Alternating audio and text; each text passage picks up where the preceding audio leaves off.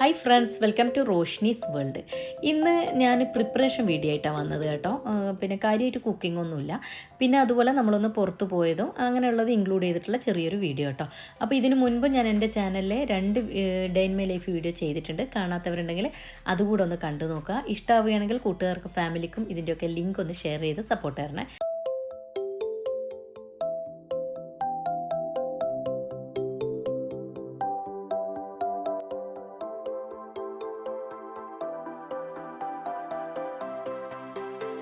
ആദ്യം തന്നെ ഇഞ്ചിയും വെളുത്തുള്ളിയും പേസ്റ്റാക്കി വെക്കുകയാണ് ചെയ്യുന്നത്. അപ്പോൾ അതിനായിട്ട് ഇഞ്ചി അതിൻ്റെ തൊലിയൊക്കെ നന്നായിട്ട് കളഞ്ഞെടുക്കാം. ഞാൻ പറഞ്ഞല്ലോ, ഞാൻ എപ്പോഴും ഇഞ്ചിയും വെളുത്തുള്ളിയൊക്കെ തൊലി കളയുമ്പോൾ ഇഞ്ചിയും വെളുത്തുള്ളി എന്നല്ല, എന്തിൻ്റെയും തൊലിയൊക്കെ കളയുന്നത് ഞാൻ ഇതുപോലൊരു പ്ലേറ്റ് വെച്ച് കൊടുക്കും കേട്ടോ. ഇപ്പോൾ കണ്ടോ, നന്നായിട്ട് അതിലെ തൊലിയൊക്കെ കളഞ്ഞെടുത്തിട്ടുണ്ട്. ഒട്ടും അതിലുണ്ടാകാൻ പാടില്ല കേട്ടോ. ഇനി അത് ഒന്ന് ജസ്റ്റ് ഒന്ന് കഴുകിയെടുക്കാൻ വേണ്ടിയിട്ട് ഒരു ബൗളിലേക്ക് മാറ്റി കൊടുത്തിട്ടുണ്ട്. ഇനി ഇത് നന്നായിട്ട് കഴുകിയെടുക്കാം. ഞാൻ പറഞ്ഞല്ലോ, ഇതുപോലെ ഒരു ന്യൂസ് പേപ്പറിലോ അതല്ലെങ്കിൽ ഒരു ഉപയോഗിക്കാത്തൊരു പ്ലേറ്റിലോ ഇട്ട് കൊടുത്തതിന് ശേഷം അത് ഡസ്റ്റ്ബിന്നിലേക്ക് വേഗം അങ്ങ് കൊട്ടിക്കൊടുത്താൽ നമ്മളെ കൗണ്ടർ ടോപ്പ് എപ്പോഴും ക്ലീൻ ആയിട്ടിരിക്കും. അപ്പോൾ നമുക്കിങ്ങനെ ജോലികൾ ചെയ്യുമ്പോൾ വലിയൊരു ബുദ്ധിമുട്ടായിട്ട് തോന്നില്ല. അപ്പോൾ അതിന് വേണ്ടിയിട്ട് എപ്പോഴും ഞാൻ അങ്ങനെ ചെയ്യാറ് കേട്ടോ. അപ്പോൾ ഇനി ഇഞ്ചി നന്നായിട്ടൊന്ന് ക്ലീൻ ചെയ്ത് ഇതൊന്ന് ഉണക്കാൻ വെക്കുന്ന സമയത്താണ് ഞാൻ വെളുത്തുള്ളിയുടെ തൊലി കളയാൻ കേട്ടോ.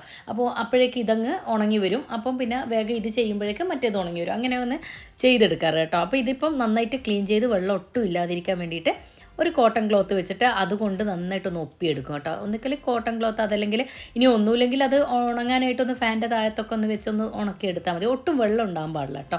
അല്ലെങ്കിൽ പിന്നെ നമ്മൾ അത് കുറച്ച് കാലം സൂക്ഷിക്കണം എന്ന് വിചാരിച്ചാൽ നടക്കത്തില്ല. അത് പെട്ടെന്ന് തന്നെ ചീത്തയായി പോകാൻ വഴിയുണ്ട്. അപ്പോൾ അത് നന്നായിട്ട് ഇതുപോലെ ഇങ്ങനെ ഒപ്പിയെടുത്തതിന് ശേഷം ആ കോട്ടണിൽ തന്നെ ഒന്ന് നീർത്തി വെക്കും കേട്ടോ. എന്നിട്ട് കുറച്ച് സമയം അതങ്ങനെ അവിടെ വെക്കും. അപ്പോൾ എന്നിട്ട് പിന്നെ നമ്മൾ വെളുത്തുള്ളിയുടെ തൊലിയൊക്കെ കളയുമ്പോഴേക്കും അത് ഉണങ്ങി വരുമല്ലോ. ഫാനൊക്കെ നമ്മളെന്തായാലും ഫാൻ ഇട്ടിട്ടല്ലേ മറ്റുള്ള ജോലിയൊക്കെ ചെയ്യാം. അപ്പോൾ എന്തായാലും അതങ്ങ് ഉണങ്ങി കിട്ടും. കണ്ടോ, ഇവിടുത്തെ വെളുത്തുള്ളിയും ഇഞ്ചിയൊക്കെ കണ്ടോ, നല്ല വലിപ്പമുണ്ട് കേട്ടോ. അടുത്തത് ഞാൻ ഈ വെളുത്തുള്ളിയുടെ തൊലിയൊക്കെ ഒന്ന് കളഞ്ഞ് ക്ലീൻ ചെയ്ത് ഒന്ന് കഴുകി മാറ്റി വെക്കും. അതിനുശേഷമാണ് ഇഞ്ചി ചതച്ചെടുക്കാൻ. അപ്പോഴേക്കും ഉണങ്ങി കിട്ടുമല്ലോ. അങ്ങനെയാണ് ചെയ്യാറ്. കണ്ടോ, വെളുത്തുള്ളി നല്ല വലിപ്പമുള്ള വെളുത്തുള്ളിയാണ്. ഇന്ത്യൻ്റെ വെളുത്തുള്ളി കിട്ടും കേട്ടോ. പക്ഷേ എനിക്കിഷ്ടം ഈ വലിയ വെളുത്തുള്ളിയാണ്. ഇതാകുമ്പോൾ ഇല്ലേ, നമുക്ക് പെട്ടെന്ന് തന്നെ ക്ലീൻ ചെയ്യാനും ചതച്ച് മാറ്റി വെക്കാനൊക്കെ എളുപ്പമാണ്. അപ്പോൾ എനിക്കിഷ്ടം ഇത് തന്നെയാണ്. പക്ഷേ ഗുണം ഇന്ത്യയുടെ ആ ചെറിയ വെളുത്തുള്ളി ഇഞ്ചിയൊക്കെ തന്നെയാണ് കേട്ടോ.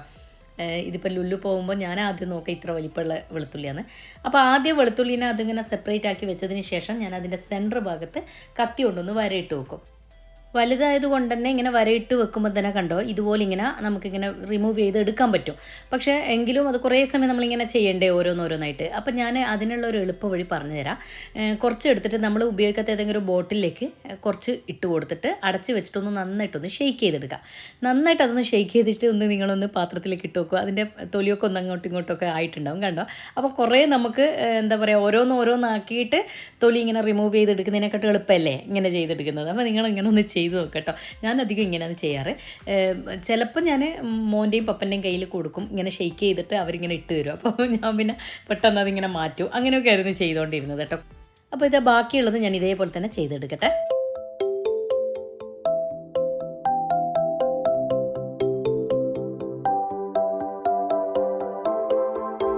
ഇപ്പോൾ ഇത് മുഴുവനും തൊലി കളഞ്ഞെടുത്തിട്ടുണ്ട്. ഞാൻ എപ്പോഴും ഇങ്ങനെയാണ് ചെയ്യാറ് കേട്ടോ. നിങ്ങളൊന്ന് ചെയ്ത് നോക്കൂ. അങ്ങനെ ചെയ്യുന്നവരാരെങ്കിലും ഉണ്ടെങ്കിൽ ഒന്ന് കമൻറ്റ് ചെയ്യൂ കേട്ടോ. ഇങ്ങനെ ചെയ്യാറുണ്ടെങ്കിൽ എളുപ്പമാണോ അല്ലേ എന്നുള്ളത് അറിയാമല്ലോ മറ്റുള്ളവർക്കും കൂടെ.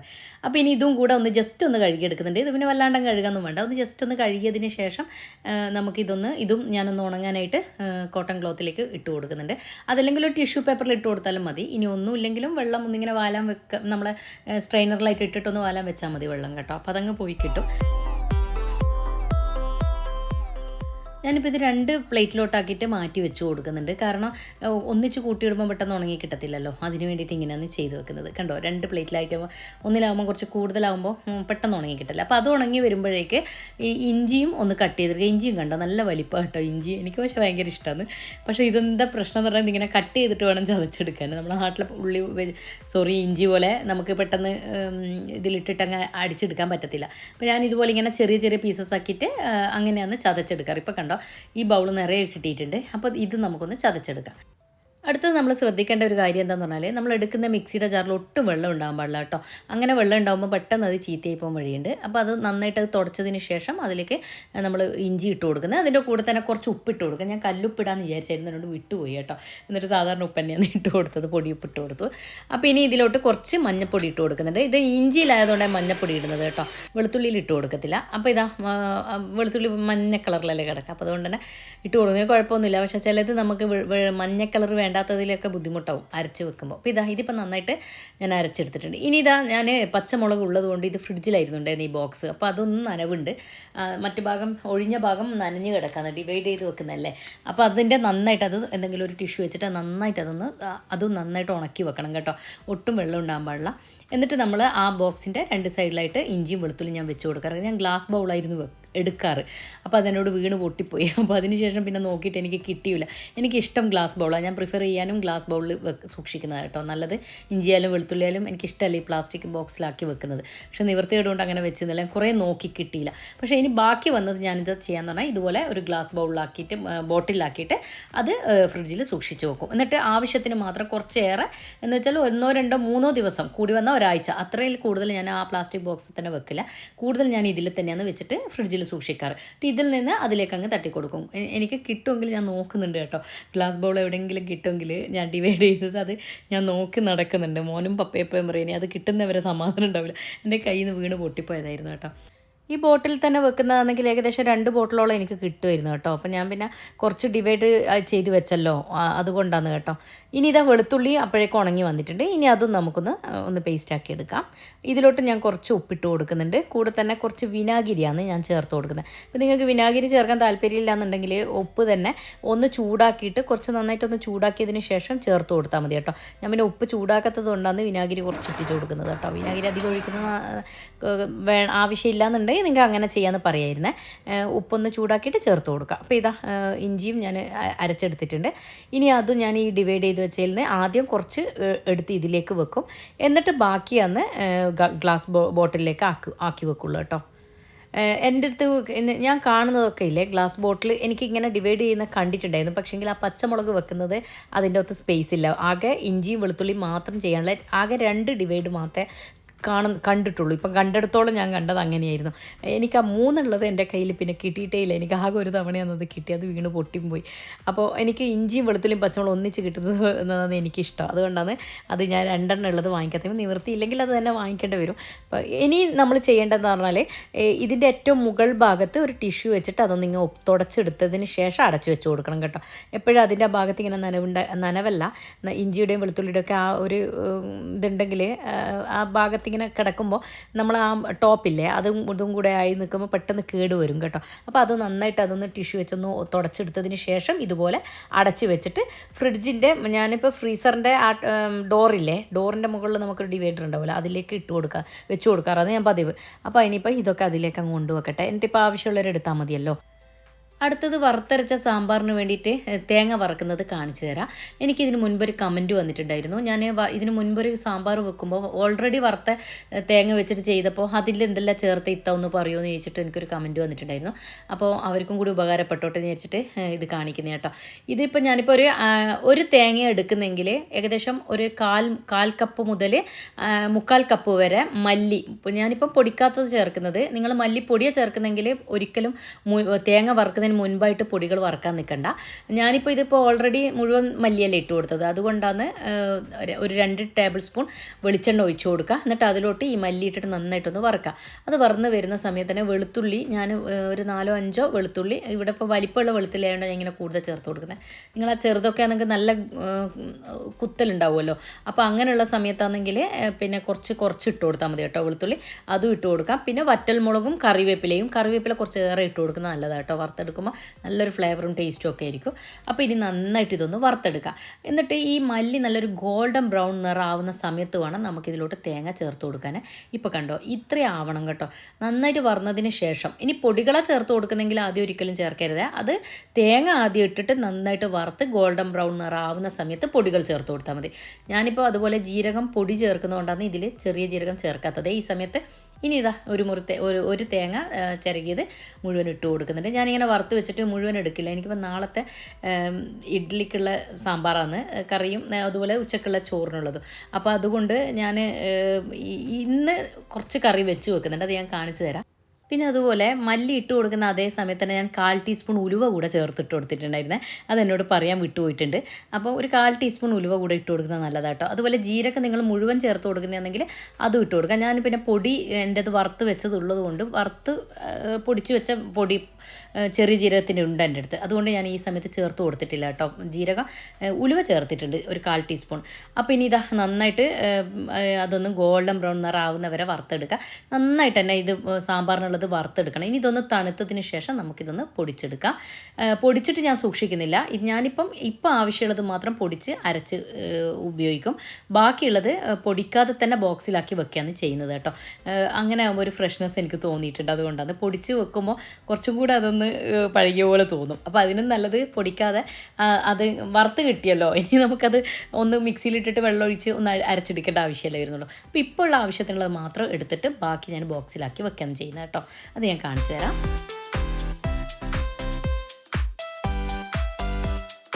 ഇനി ബാക്കി വറുത്ത് വെച്ച തേങ്ങയില്ലേ, ഇതുപോലെ എയർ ടൈറ്റ് ബോക്സിലാക്കിയിട്ട് സൂക്ഷിക്കലാന്ന് ഞാൻ ചെയ്യാറ്. എന്നിട്ട് ആവശ്യമുള്ളപ്പോൾ നമുക്ക് എടുത്തിട്ട് ചെയ്താൽ മതി. അതുപോലെ എപ്പോഴും നമ്മൾ ഇത് വറുത്തത് മുഴുവൻ മല്ലി വറുക്കുന്നതാണെങ്കിൽ ആദ്യം ഒന്ന് പൊടിച്ചതിന് ശേഷം വെള്ളം ഒഴിച്ചിട്ട് അരക്കുന്നതാണ് കേട്ടോ എളുപ്പം.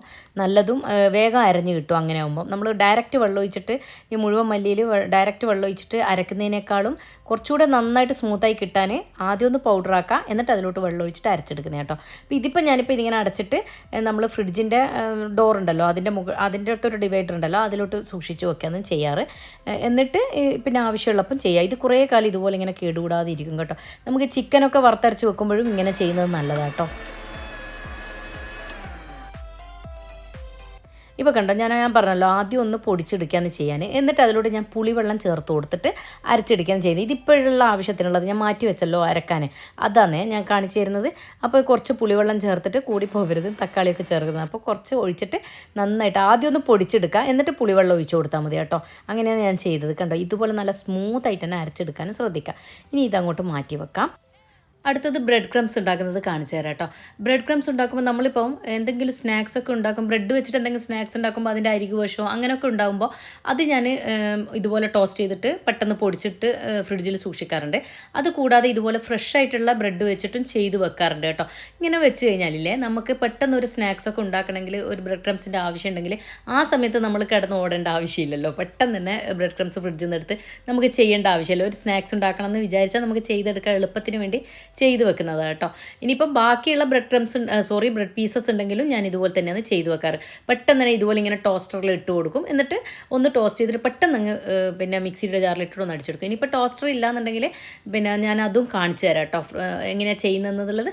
അപ്പോൾ ഞാനിപ്പോൾ ടോസ്റ്ററിൽ ഒരു 2 പീസ് വെച്ച് കൊടുത്തിട്ടുണ്ട്. എന്നിട്ട് അത് തിരിച്ചും മറിച്ചും ഇട്ടിട്ട് ഒന്ന് ടോസ്റ്റ് ചെയ്തെടുക്കാം. ടോസ്റ്റ് ചെയ്യുമ്പോൾ കരിഞ്ഞു പോകരുത്, അത് ശ്രദ്ധിക്കാം. അതൊന്ന് ആക്കി എടുക്കുന്ന സമയത്ത് നമുക്ക് ഞാൻ പറഞ്ഞല്ലോ വേറൊരു വഴിയുള്ളത്. അതെങ്ങനെയാണെന്ന് പറഞ്ഞാൽ ഇതുപോലെ ബ്രെഡ് പീസസ് ഒന്ന് കട്ട് ചെയ്തിട്ട് മിക്സിയുടെ ജാറിലേക്ക് ഇട്ട് കൊടുക്കുക.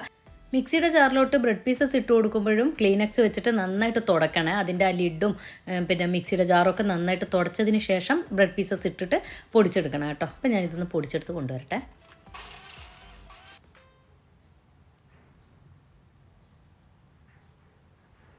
ഇത് കണ്ടോ, ഇതുപോലെ ഒന്ന് പൊടിച്ചെടുക്കണേ. അധികം വല്ലാണ്ടങ്ങ് പൊടിയുമ്പോൾ അത് അരഞ്ഞ പോലെ ഇപ്പോൾ അത് ചെയ്യരുത്, ഒന്ന് പൊടിച്ചെടുക്കുക. അതിനിടയിൽ ഞാൻ ടോസ്റ്റ് ചെയ്യാൻ വെച്ചൊന്നും തിരിച്ചും മറിച്ച് ഇട്ട് കൊടുക്കുന്നുണ്ട്. അപ്പോൾ ഇതാ ടോസ്റ്റായി വന്നിട്ടുണ്ട്. അപ്പോൾ വേറൊരു പീസും കൂടി വെച്ച് കൊടുത്തതിന് ശേഷം ഞാൻ പറഞ്ഞല്ലോ വേറൊരു വഴിയുണ്ടെന്ന്, അത് ഇതാ കേട്ടോ. നമ്മൾ ഇപ്പം പൊടിച്ച് വെച്ച ആ ബ്രെഡില്ലേ, അത് ഇതുപോലൊരു ഫ്രൈങ് പാനിലേക്ക് ഇട്ട് കൊടുക്കുക. എന്നിട്ട് നന്നായിട്ട് വറുത്തെടുക്കണം. ഇനി വറുത്തെടുക്കുമ്പോൾ നിങ്ങൾക്ക് അങ്ങോട്ടോ ഇങ്ങോട്ടോ നീങ്ങണമെന്നുണ്ടെങ്കിൽ ഇതുപോലൊരു ഫ്ലെയിം കൺട്രോളർ വെച്ചിട്ട് അതിൻ്റെ മുകളിൽ വെച്ച് കൊടുത്താൽ നമ്മൾ പോളയൊക്കെ ചെയ്യുന്നില്ലേ അതേപോലെ. എന്നാൽ പിന്നെ എന്താ, നമുക്ക് അങ്ങോട്ടോ ഇങ്ങോട്ടോ ഒക്കെ നീങ്ങാൻ. ഞാൻ ഒന്നാമത് ഈ ടോസ്റ്റ് ചെയ്യുന്നതും രണ്ടും കൂടി കൺട്രോൾ ചെയ്യുന്നതുകൊണ്ട് അങ്ങനെ ചെയ്യാറ് കേട്ടോ. ഇപ്പോൾ കണ്ടോ, അതിലുണ്ടാകുന്ന നമ്മൾ ടോസ്റ്റ് ചെയ്യുമ്പോൾ എന്തായാലും അതിൽ ഇങ്ങനെ പീസസ് ഒക്കെ കിടക്കുമല്ലോ. അപ്പോൾ അത് ക്ലീൻ ചെയ്തതിന് ശേഷം വേണം രണ്ടാമത്തെ വെച്ച് കൊടുക്കാൻ. അതിൻ്റെ മുകളിൽ തന്നെ വെക്കുമ്പോൾ പെട്ടെന്ന് കരിഞ്ഞു പോയിട്ട് അതിൻ്റെ ടേസ്റ്റ് ആകെ മാറും. അപ്പോഴേക്കിതാ നമ്മൾ പാനിലേക്ക് ഇട്ട് കൊടുത്ത ബ്രെഡ് ക്രംസ് ഇല്ലേ, അത് ഇതാ നന്നായിട്ടായി വന്നിട്ടുണ്ട്. ഇത്രയും ആവേണ്ടത് നമ്മളൊരു പിടിക്കുമ്പോൾ ഒരു പൂഴി പോലെ ആ ഒരു പരുവത്തിലാവുന്ന സമയത്ത് നമുക്കിതിൻ്റെ ഫ്ലെയിം അങ്ങ് ഓഫ് ചെയ്യാം. ഫ്ലെയിം ഓഫ് ചെയ്തതിന് ശേഷം ഞാൻ ഇതിൽ ഫ്ലേവറിന് വേണ്ടിയിട്ട് ഒരു 1/4 ടീസ്പൂണിൻ്റെ പകുതി കാശ്മീരി ചില്ലി പൗഡറാണ് ഇട്ട് കൊടുക്കുന്നത്. അപ്പോൾ ഇത് ഓപ്ഷനിലാണ്, വേണമെങ്കിൽ ചേർത്ത് കൊടുക്കുക. ഞാനിങ്ങനെ ചേർത്ത് കൊടുക്കാറുണ്ട്. ഇനി ഇതിന് പകരം നിങ്ങൾക്ക് വേണമെങ്കിൽ കറിവേപ്പിലയും ചേർത്ത് കൊടുക്കുക. കറിവേപ്പില ചേർത്ത് കൊടുക്കുമ്പോൾ നമ്മൾ ആദ്യം ഈ ബ്രെഡ് ക്രംസ് ഇടുന്നതിന് മുൻപായിട്ട് പാനിലോട്ട് കറിവേപ്പില ഇട്ട് കൊടുക്കാം. എന്നിട്ട് നന്നായിട്ട് വറുത്തതിന് ശേഷം മിക്സിയുടെ ജാറിലേക്ക് ഇട്ട് കൊടുക്കാം. എന്നിട്ട് അതൊന്ന് പൊടിഞ്ഞ് വരുമ്പം എന്നിട്ട് വേണം ബ്രെഡ് ക്രംസ് ചേർത്തിട്ട് പൊടിച്ചെടുക്കാൻ. നിങ്ങൾ കറിവേപ്പിയുടെ ഫ്ലേവറാണ് ചേർക്കുന്നതെങ്കിൽ കേട്ടോ. മുളക് പൊടിയാണെങ്കിൽ ഇതുപോലെ ചെയ്താൽ മതി. ഫ്ലെയിം ഓഫ് ചെയ്തതിന് ശേഷം മാത്രം മുളക് പൊടി ചേർത്താൽ മതി. അത്രയല്ലേ അതിനുള്ള റോ ടേസ്റ്റ് മാറാനുള്ള സമയം വേണ്ടു. അപ്പോൾ ഞാനിത് ഇതുപോലൊരു ഗ്ലാസ് ബൗളിലാണ് ഇപ്പോൾ ഇട്ട് കൊടുക്കുന്നത്. എൻ്റെ ഗ്ലാസ് ബോട്ടിൽ ഇട്ട് വെച്ചത് കഴിഞ്ഞിട്ടില്ല, കുറച്ചുകൂടെ ബാക്കിയുണ്ട്. അപ്പോൾ അങ്ങനെ ചെയ്യുന്ന സമയത്ത് രണ്ടും കൂടെ എന്ന് വെച്ചാൽ പുതിയതും പഴയതും കൂടെ ഒന്നിച്ച് ചെയ്യുന്നതിനേക്കാൾ നല്ലത് ആദ്യത്തത് നമ്മൾ ഉണ്ടാക്കുന്ന ഏത് സ്നാക്സാണ് ഉണ്ടാക്കുന്നത് അതിൻ്റെ ഫസ്റ്റ് എടുക്കുന്ന നേരം അതെടുക്കുക, എന്നിട്ട് രണ്ടാമത്തത് എടുക്കുക. അങ്ങനെ ആകുമ്പോഴേ നമുക്ക് വേസ്റ്റ് ആവുകയില്ല. എന്നാൽ പിന്നെ ഒന്നിച്ചിടുന്നതിൻ്റെ ആ ബുദ്ധിമുട്ടും ഉണ്ടാവില്ല. അപ്പോഴേക്കും ഇത് ടോസ്റ്റ് ചെയ്ത് വെച്ചിട്ടുണ്ടല്ലോ, ഇത് കണ്ടോ, നമ്മളിങ്ങനെ പൊട്ടിക്കുമ്പോൾ തന്നെ റസ്കൊക്കെ പൊട്ടിച്ചെടുക്കുന്നില്ലേ, അതേപോലെയാണ് കേട്ടോ പൊട്ടിച്ചെടുക്കുന്ന സമയത്തുണ്ടായിരുന്നത്. ഞാൻ അധികം ചെയ്യാറ് ഇങ്ങനെയാണ് കേട്ടോ. ബാക്കി വന്ന ബ്രെഡ് പീസസൊക്കെ പെട്ടെന്ന് അങ്ങ് ടോസ്റ്ററിൽ ഇട്ട് കൊടുക്കും, എന്നിട്ട് പെട്ടെന്ന് അങ്ങ് പൊടിച്ചെടുക്കുകയാണ് ഞാൻ ചെയ്യാറ്. ഇനിയിപ്പോൾ നിങ്ങൾക്ക് ഇതിൽ ഫ്ലേവർ ചേർക്കണം എന്നുണ്ടെങ്കിൽ മുളക് പൊടിയാണെങ്കിൽ ഒന്ന് പാനിൽ വെച്ച് ചൂടാക്കിയിട്ട് ചേർത്ത് കൊടുക്കാം. അതല്ലെങ്കിൽ കറിവേപ്പില ചേർത്ത് കൊടുക്കാം. ഞാൻ ഇങ്ങനെ ചെയ്യുമ്പോൾ ചേർക്കാറില്ല സ്വതവേ. നിങ്ങൾക്ക് വേണമെങ്കിൽ ചെയ്യാമെന്ന് പറയായിരുന്നേ. അപ്പോൾ ഇനി ഇതാ ബാക്കിയുള്ളതും ഞാൻ ടോസ്റ്റ് അതിനിടയിൽ തന്നെ ചെയ്യുന്നുണ്ട്. ഫസ്റ്റ് ഇട്ട് കൊടുത്തതും പൊടിച്ചെടുത്തിട്ടുണ്ട്. അപ്പോൾ ആ പൊടിച്ചെടുത്തത് ഞാൻ കാണിച്ചു തരാം കേട്ടോ. ഇത് കണ്ടോ, ഇതുപോലെ നിന്ന് പൊടിച്ചെടുത്തത് നല്ല പെർഫെക്റ്റ് ആയിട്ട് തന്നെ ആയി കിട്ടിയില്ലേ. രണ്ടും എങ്ങനെയായാലും കുഴപ്പമൊന്നുമില്ല കേട്ടോ. ഇപ്പോൾ എപ്പോഴും ടോസ്റ്റർ നമ്മളെ കയ്യിലുണ്ടായിന്ന് വരില്ലല്ലോ. അപ്പോൾ നമുക്ക് പാനിലും ചെയ്തെടുക്കുക എന്നുള്ള വഴി ഞാൻ കാണിച്ചു തന്നത് കേട്ടോ. ഞാനിപ്പോൾ ഇത് രണ്ടും ഒന്നിച്ചാണ് ഇട്ട് കൊടുത്തത്. കാരണം ഇപ്പോൾ പുതിയത് ചെയ്തതല്ലേ, പാനിലായാലും ടോസ്റ്റ് ചെയ്തിട്ടായാലും രണ്ടും ഒന്നിച്ച് ചെയ്തതേ ഉള്ളൂ. ഇപ്പോൾ ഇതും ഞാൻ ഇതുപോലെ ഇത് ഞാൻ ഫ്രിഡ്ജിൻ്റെ താഴത്തെ ഭാഗത്താണ് വെച്ച് കൊടുക്കാറ്. ഫ്രീസറിലൊന്നും വെക്കേണ്ട ആവശ്യമില്ല കേട്ടോ. അടുത്തത് കുരുമുളകാണ് പൊടിച്ച് വെക്കുന്നത്. അതുകൂടെ ഒന്ന് പാനിലേക്ക്, ചൂടുള്ള പാനിലേക്ക് ഇട്ട് കൊടുക്കാം. എന്നിട്ട് അതും നന്നായിട്ടൊന്ന് വറുത്തെടുക്കാം. ഇത് പിന്നെ വലിയ പണിയൊന്നുമില്ല, എളുപ്പം കഴിയുന്നതല്ലേ. നമ്മൾ ഫ്ലേവറൊന്നും ചേർക്കേണ്ട ആവശ്യം വരുന്നില്ലല്ലോ. ഇതും പൊടിച്ചെടുക്കുമ്പോൾ ശ്രദ്ധിക്കേണ്ടത് മിക്സിയുടെ ജാറ് നന്നായിട്ട് കഴുകി തുടക്കുക, അത്ര തന്നെ. അതൊന്ന് ശ്രദ്ധിച്ചാൽ തന്നെ നമ്മൾ പൊടിച്ച് വെക്കുന്ന സംഭവങ്ങൾ കേടുകൂടാതെ കുറേ നാൾ നിൽക്കും കേട്ടോ. അപ്പോൾ ഇതൊന്ന് പൊടിച്ചെടുക്കട്ടെ.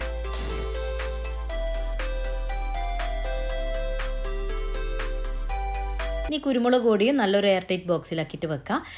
ഇതിൽ നിന്ന് കുറച്ചെടുത്തിട്ട് നമ്മൾ മുളക്, മല്ലി, മഞ്ഞൾപ്പൊടി അങ്ങനെയൊക്കെ ഇട്ട് വെക്കുന്നുണ്ടല്ലോ, ഡിവൈഡ് ചെയ്തിട്ട് വെക്കുന്ന ബോക്സ്, അതിൽ ഞാൻ കുറച്ച് എടുത്ത് വെക്കും കേട്ടോ. അതെന്തിനാന്ന് പറഞ്ഞാൽ നമ്മൾ പെട്ടെന്ന് എടുക്കാനുള്ളതൊക്കെ അതിൽ നിന്ന് എടുക്കാമല്ലോ. മുഴുവനും ഇട്ട് കൊടുക്കാറില്ല. എന്നിട്ട് ബാക്കിയുള്ളത് ഇതുപോലെ എയർ ടൈറ്റ് ബോക്സിലാക്കിയിട്ട് ഇതും ഞാൻ ഫ്രിഡ്ജിൻ്റെ താഴത്തെ ഭാഗത്ത് വെച്ചിട്ടാണ് സൂക്ഷിക്കാറ്. ഇങ്ങനെയുള്ള ഒരുക്കങ്ങളൊക്കെ കഴിയുമ്പോഴേക്ക് തന്നെ വൈകുന്നേരമായി കേട്ടോ. അപ്പോഴേക്കും മോന് വരേണ്ട ടൈമായിരുന്നു. അപ്പോൾ പപ്പ ചോദിച്ചു നീ വരുന്നെങ്കിൽ വന്നോ എന്ന് പറഞ്ഞു. അപ്പോൾ ഞാനെപ്പോഴും അവനെ കൊണ്ടുപോകാൻ പോകുമ്പോൾ ഞാനും കയറിയിരിക്കും. ഇവിടുന്ന് ഒരു 1/2 അവർ പോകാനുണ്ട് അവൻ്റെ ജോലി സ്ഥലത്തേക്ക് കേട്ടോ. അപ്പോൾ അവൻ്റെ കമ്പനിയിലേക്ക് പോകാമെന്ന്. അപ്പോൾ ഞാനും കയറി വണ്ടിയിലിരുന്നു. അപ്പോൾ എപ്പോഴും ഞാൻ അങ്ങനെയാണ് ചെയ്യാറ്. അപ്പോൾ ഇതൊരു നാഷണൽ ഡേൻ്റെ അന്നായിരുന്നു എൻ്റെ ഈ വീഡിയോ ഞാൻ എടുത്തിട്ടുണ്ടായിരുന്നത്. അപ്പോൾ അവന് കമ്പനിയിൽ നിന്ന് കിട്ടിയ ഗിഫ്റ്റൊക്കെ ഇങ്ങനെ കാണിച്ചു തരുമായിരുന്നു. വന്ന് പണ്ട് സ്കൂളും വിട്ടു വരുമ്പോൾ ഓരോന്നിങ്ങനെ എടുത്ത് കാണിച്ചു തരുമല്ലോ, അതേപോലെ കഥകൾ പറയാനും അവിടുത്തെ നടന്ന സംഭവങ്ങളൊക്കെ വന്ന് പറയാനൊക്കെ വേണ്ടിയിട്ട് അവന് കുറച്ച് സമയം മാറ്റി വെക്കണം.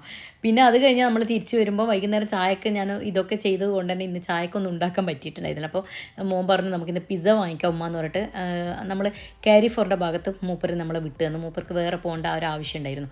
അപ്പോൾ അതുകൊണ്ട് തന്നെ മൂപ്പർ പറഞ്ഞു നിങ്ങളിവിടെ ഇറങ്ങ്, ഞാൻ എൻ്റെ കാര്യം നോക്കിയിട്ട് തിരിച്ച് പെട്ടെന്ന് വരാം, രാത്രി നമുക്ക് ഒന്നിച്ചിറങ്ങാമെന്ന് പറഞ്ഞിട്ട് അങ്ങനെ നമ്മൾ രണ്ടുപേരും മാത്രം ക്യാരി ഫോറിൽ വിട്ടു.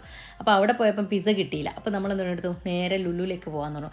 ക്യാരി ഫോറും ലുലു എൻ്റെ റൂമിൻ്റെ ഇത് കണ്ടോ, ഈ പാലത്തിൻ്റെ അപ്പുറം ഇപ്പുറമായിട്ടാണെന്നുള്ളത്. ലുല്ലും എൻ്റെ റൂമുമായിട്ട് ഒരേ ലെവലിലാണെന്നുള്ളത്.